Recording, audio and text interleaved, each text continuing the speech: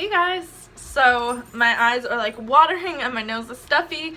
I have the worst allergies right now, but I've been putting off this video for so long, so I need to record it. And my dog is going to be a part of our background here. Let's go ahead and just jump right in. This is kind of an updated Bible study, and I wanted to give you a look at my journaling Bible. The last video I did was quite a few months ago. It might have even been last year. So I figured I would give you like a little flip through of kind of what this looks like now that I've been filling it in. But more than anything, I want to talk about the 4 places that I really get kind of like Bible studies from, or the 4 places that I really, the 4 resources that I use every day or every month or whatever, in order to really dig deeper into the Word. So, first things first, I'm going to show you guys my Bible. This is the single column journaling Bible from Crossway. I bought this from Kristen Schmucker. I'll link to her shop down below. This is real leather, so you can see it's worn so nicely. There's like all the scratches and everything, and I just love how this looks. If you're not into, the like tattered look, there are so many different Bibles to choose from, so I'd highly recommend checking out her shop.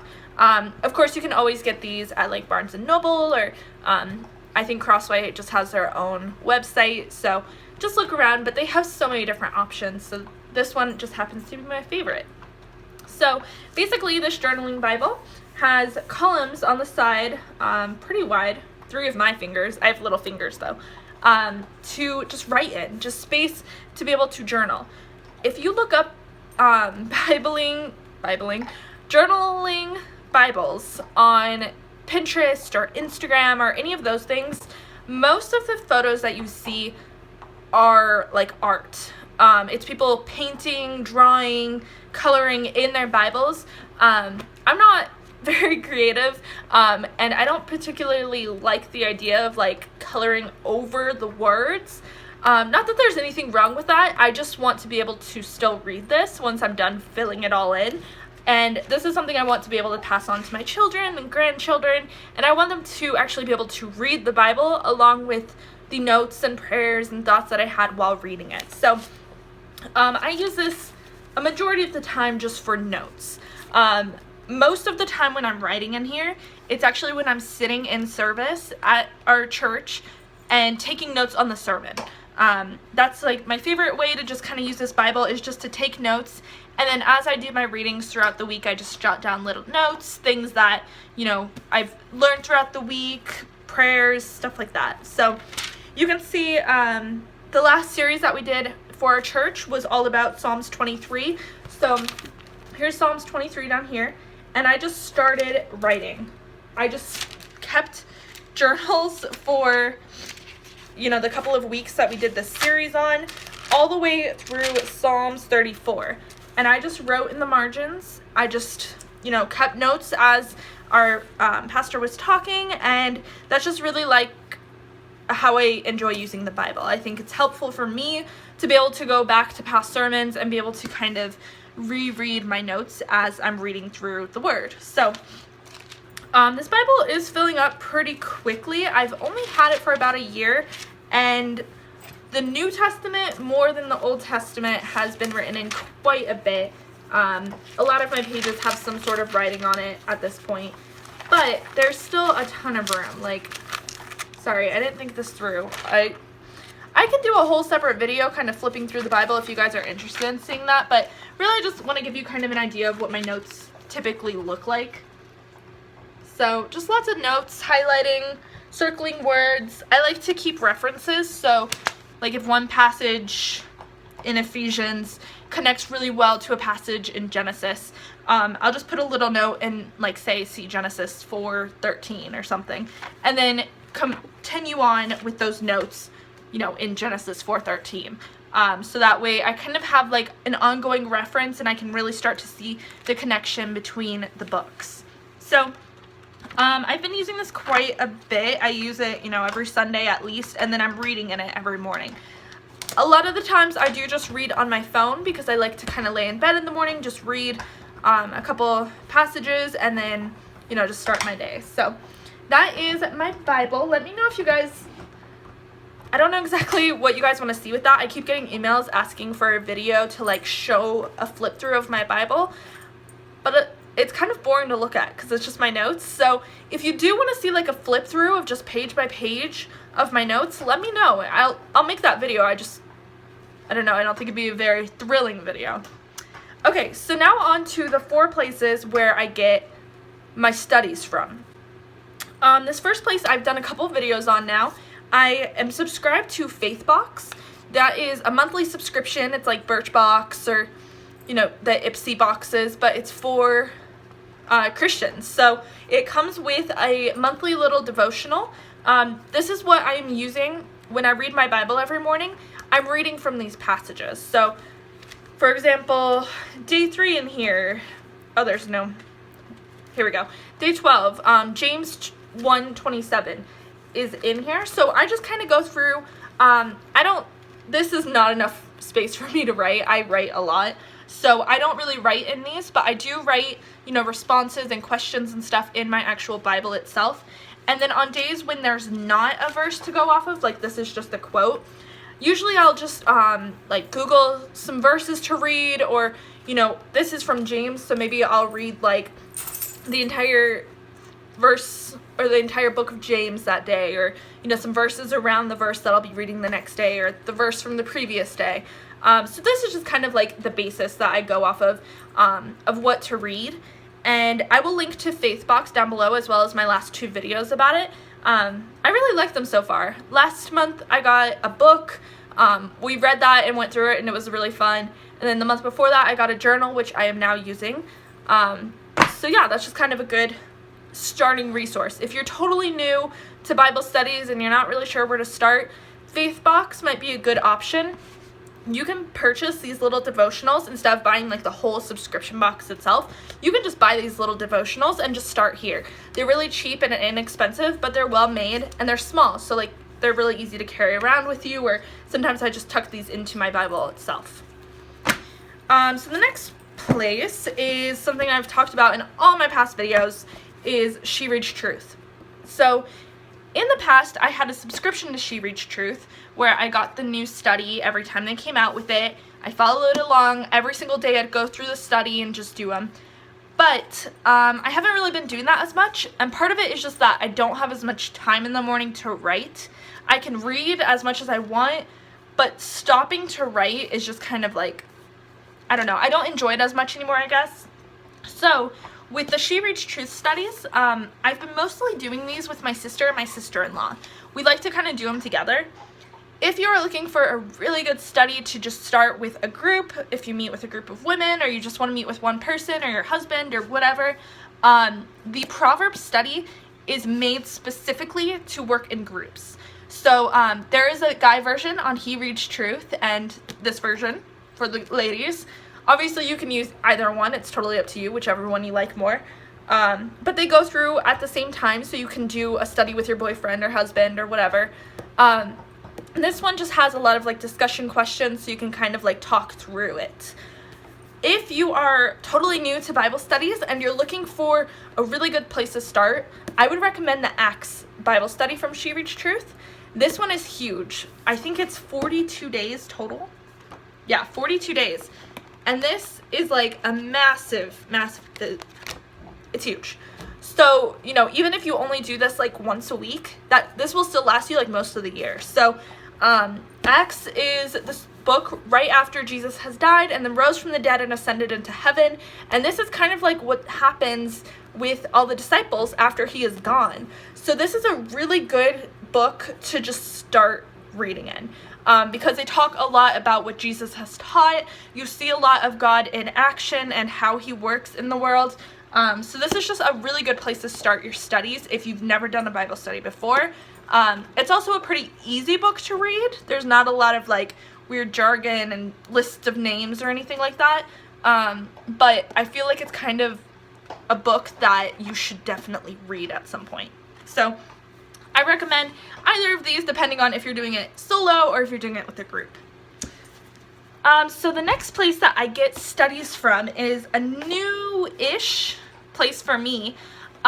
It's from 𝐓𝐎𝐎𝐋𝐊𝐈𝐓. Now, 𝐓𝐎𝐎𝐒𝐿𝐈𝐓 was started by a couple of women who wanted to kind of do like a big event where they just got women together to worship and to listen to other speakers, just kind of talk about their story. It has grown into this massive, massive event every year in Texas. They have a ton of online resources.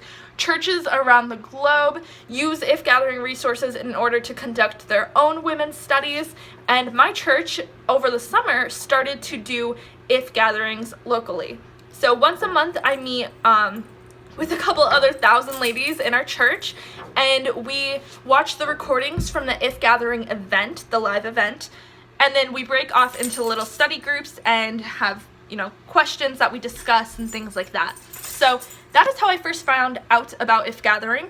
They have, so many resources. So if you are looking to start a study group or looking to connect with women locally, 𝐓 gathering is the place to do that. They do such a good job connecting communities and connecting women. Men, I don't really know an equivalent for that for men, but I would highly recommend checking out, I'll put a link in the description box. My church does a men's podcast that is absolutely amazing. My husband just started listening to it, and it's so, so good. So if you're not sure where to start, for the men, I'll link to that podcast down below. For women, I would recommend checking out 𝐓 gathering. So this is one of 𝐓's Bible studies. It's not even really a Bible study. This is actually the first 500 years after Jesus has died and ascended into heaven of what happens in history. So this is almost like a history lesson and less of like a Bible study. But this thing is gorgeous. I just got it, so I haven't even started going through it yet. I only read the first day so far, but 𝐓 has some really good Bible studies as well. These ones are a little more like, how should I say it? So She Reads Truth is a little bit more like you read the day, you answer a couple questions, and then you just kind of journal. It's more of just getting you to read your Bible consistently. The 𝐓 gathering studies are a little more like in depth, I guess. They go really into like the history of things, defining different terms and words for you, talking about kind of what was going on in that time and the context of things. So if you are kind of like a history buff, or you really want to know like the full story, not just what's in the Bible, but kind of the context of everything, 𝐓 Bible studies are those. That's the kind of Bible study that you'll want to get. She Reads Truth is more of like just trying to get into a daily habit of reading your Bible, so that's why I recommend that to start. But if you've been doing Bible studies for a long time, or if you just want to dig deeper, 𝐓 has some really, really good studies. Okay, and then the last thing is actually an app. However, I'm recording this on my phone, so I'm just going to link to the app down below instead of showing it to you. It is just the Bible app by YouVersion, and it has a Bible in there where you can access a ton of different versions of Bibles. I use the English Standard Version, but whatever version you want to use it.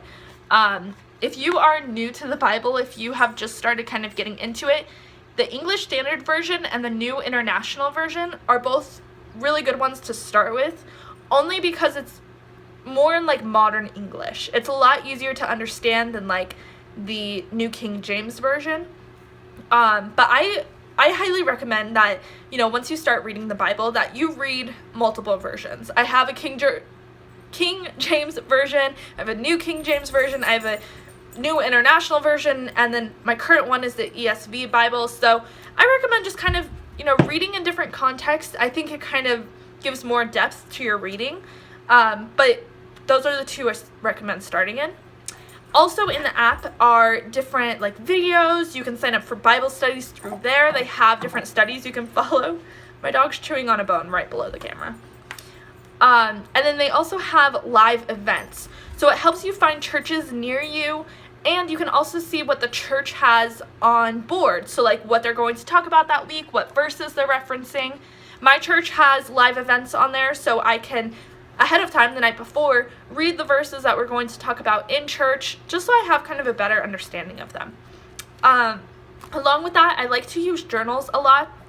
My I keep saying that. My journaling Bible is starting to get pretty full, especially in the New Testament. I'm kind of running out of room to write on some pages. So I've started to use journals more and more. This one is the little moleskin, I think it's like the story, chapters. The moleskin chapters book, because it has like little chapters in it.